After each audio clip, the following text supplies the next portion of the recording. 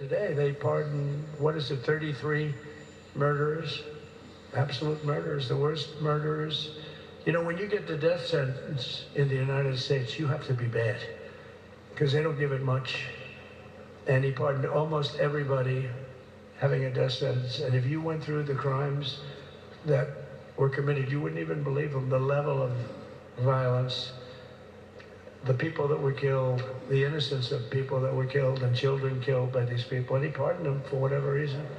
He spared them, but they didn't spare the people that they killed. And, you know, who knows what happens in the future. It's one of the worst because a lot of times they let them out early after that. You know, they say you're going to be in for life, but then all of a sudden they get let out for good behavior and then they go on a rampage. You know, it's one of those little things, right? But I was going to talk about that. But I was really going to talk about the level of, you know, what's going on. Why are we doing this? Why are we trying to help a guy like Milley? Why are we doing Milley? He was pardoned. What he said, terrible what he said. Why are we helping some of the people? Why are we helping Liz Cheney? I mean, Liz Cheney is a disaster. She's a crying lunatic and crying Adam Kinzinger. He's a super crime. I never saw the guy not crying. He's always crying. I looked at him. I remember years ago he was actually on my side. And then one day, you know, when you don't want to kill people in wars, they turn against you. Liz Cheney hated the concept of not going to war with everybody. Let's kill everybody. Let's spend a lot of money on military equipment, you know, where her father works, right? And but what she did was incredible.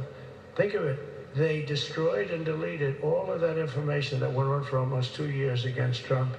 And the reason they did, because it was all false. Like the person that said, I tried to strangle a Secret Service agent. That's one of the toughest human beings I think I've ever seen. I actually had a friend say, please don't change that, sir. You are the coolest sucker in history. Remember, she said, I put my hands around his neck. Because he wouldn't go to the Capitol. Made up fiction. And I was rebuffed. And the guy on the right is a massive weightlifter, probably stronger than me. Do you think he's stronger than me, honey? You know who I'm talking about. Possibly stronger than me.